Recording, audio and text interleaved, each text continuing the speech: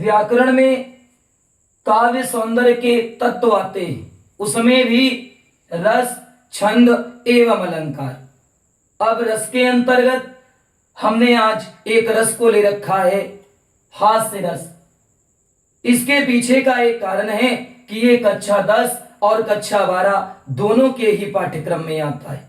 पहले जानते हैं हास्य रस का स्थायी भाव क्या होता है। हास्य, चूंकि नाम से ही परिचय मिल रहा है स्थायी भाव, इसका मतलब क्या होता है? हंसी, मुस्कुराना। क्या इनकी जगह पर हम हंसना मुस्कुराना लिख सकते? नहीं, क्योंकि स्थायी भाव एक ही होता है, स्थायी होता है। अब चलते हैं परिभाषा की ओर। हास नामक स्थायी भाव विभाव, अनुभाव एवं संचारी भाव के योग से रस रूप में परिणत होता है, वहां हास्य रस की निष्पत्ति होती है। बात आएगी क्या, ये जो दिए गए स्थायी भाव, विभाव, अनुभाव एवं संचारी भाव, इनका क्रम हम परिवर्तित कर सकते नहीं, क्योंकि ये रस के अंग हैं चारों और क्रमशः आते हैं। पहले स्थायी भाव, फिर विभाव, फिर अनुभाव, फिर संचारी भाव। अब चलते हैं उदाहरण की ओर।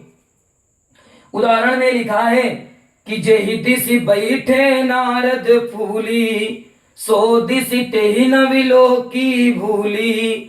पुनि पुनि मुनि उकसई अकुलाही, देखि दसाहरि गन मुस्काही, देखि दसाहर गन मुस्काही।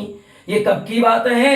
जब नारद जी विश्वमोहिनी के स्वयंवर में बैठे हुए हैं और नारायण ने आज इनको किसका रूप दे दिया? मरकट का रूप, बंदर का सबसे कुरूप रूप। इसलिए जिस दिशा की ओर नारद जी भूल कर बैठे थे, विश्वमोहिनी ने उधर भूल कर भी नहीं देखा।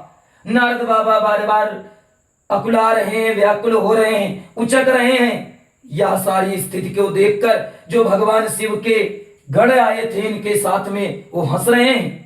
अब स्पष्टीकरण, स्थायी भाव तो लिख दिया हास। आश्रय, आश्रय हमें कैसे लिखना है? प्रत्येक रस में समझना है।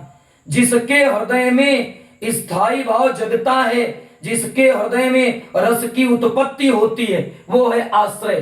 कौन हंस रहा है? हर गण, शिव जी के गण। किसके कारण? नारद जी के कारण। विषय कौन? नारद जी। उद्दीपन, जो रस को और बढ़ाए, स्थायी भाव को और बढ़ाए, कौन है? नारद जी का रूप, उनका बार बार उचकना, व्याकुल होना। अनुभव क्या है? आश्रय की मुस्कुराहट। संचारी भाव पानी की बूंदों के समान बनते और बिगड़ते रहते हैं, हर्ष, कामा, चपलता आदि। एक ये उदाहरण मैंने जाना, कई सारे उदाहरण होते हैं। मातहि पितहि उरिन भय नीके, गुरु ऋण रहा सोच बड़ जी के। ये कब की बात है? लक्ष्मण परशुराम संवाद में हास्य की उक्ति है।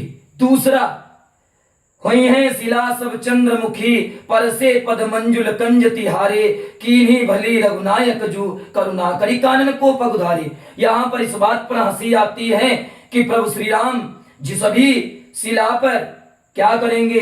अपने चरणों का स्पर्श करेंगे, वही सुंदर नारी बन जाएगी। इतना ही नहीं, अन्य भी उदाहरण मिलते हैं। शिव जी के विवाहोत्सव के समय पर हंसी हंसी भाजे देखी दूल्हा दिगंबर को।